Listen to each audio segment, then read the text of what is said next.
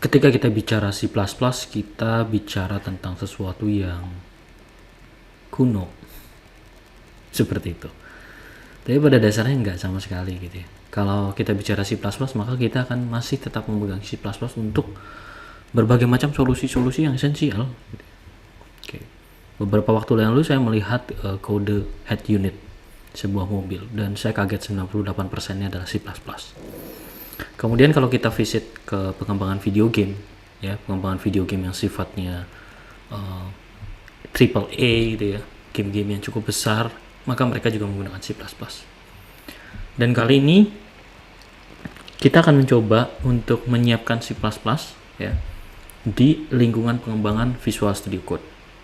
Kalau di Visual Studio 2022, hal tersebut tidak perlu kita pikirkan. Ya, sudah built-in, sudah bisa langsung dijalankan. Tapi kalau di Visual Studio Code gimana? Yuk kita lihat.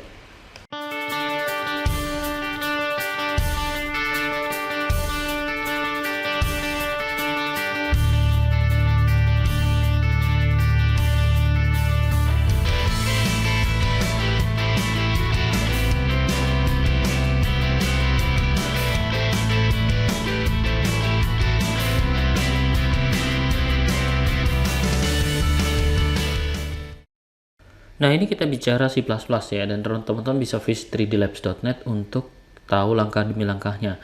Jadi di sini ada 5 langkah. Pertama, install extensionnya ya, oke. Kemudian install compilernya ya. Kemudian menambahkannya ke Windows Pad. Asumsinya kita pakai Windows ya, oke. Kemudian kita mencoba compilernya dan kita bisa menjalankan executable-nya ya.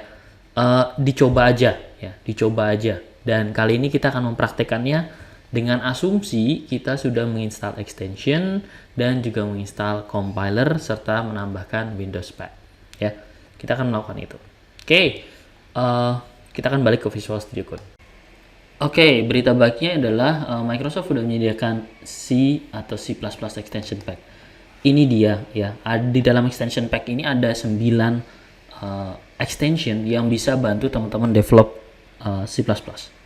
Sebenarnya kalau nggak pengen susah ya, karena hidup kita memang sudah susah kali ya, kita tinggal install Visual Studio 2002 Community Edition ya. Kalaupun teman-teman nggak punya versi profesional atau enterprise, itu sudah cukup. Tapi kalau teman-teman misalnya ada isu seperti misalnya terlalu berat lah, spesifikasinya terlalu tinggi Visual Studio, atau misalnya teman-teman hanya pengen untuk mengcoding proses pembelajaran gitu ya, Visual Studio Code bisa menjadi pilihan ya. Di sini saya sudah menginstal C++ extension pack. Sebenarnya ada banyak lagi ya pack-pack yang bisa kita tambahkan. Contohnya misalnya snippet code ya. Ini juga menarik. Kemudian ada banyak sekali yang bisa rekan-rekan gunakan. Nah, ini C++ code generation ya. Saya akan coba install. Oke.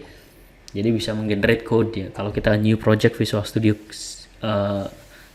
kemudian kita create Visual C++ code ya. Ini akan membantu untuk generate itu ya. Oke, kita akan coba buat satu project untuk membayangkan bagaimana proses Visual Studio Code dan C++. Oke, yuk kita coba yuk. Kita akan balik lagi ke source code di sini ya. Dan saya akan membuka sebuah folder di sana ya. Saya akan buka folder di source C++ ya. Saya akan buat folder baru lagi di here gitu ya. Oke, saya select folder ini. Yes, ini sudah terbuka. Kita akan create C++. Nah, umumnya kita bisa melakukan create C++ dengan menggunakan tambah ini ya, menggunakan tambah ini. Tapi kita coba ya, kalau kita tekan Ctrl Shift P, kemudian kita create C++ project misalnya. Oke, kita create C++.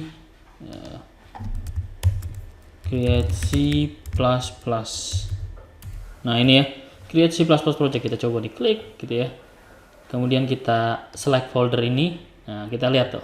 Oke, keren ya. Oke, sudah dibuatkan kodenya dan sebagainya. Itu helping banget. Dan kita bisa melakukan sedikit perubahan. Saya membuat kode seperti ini ya.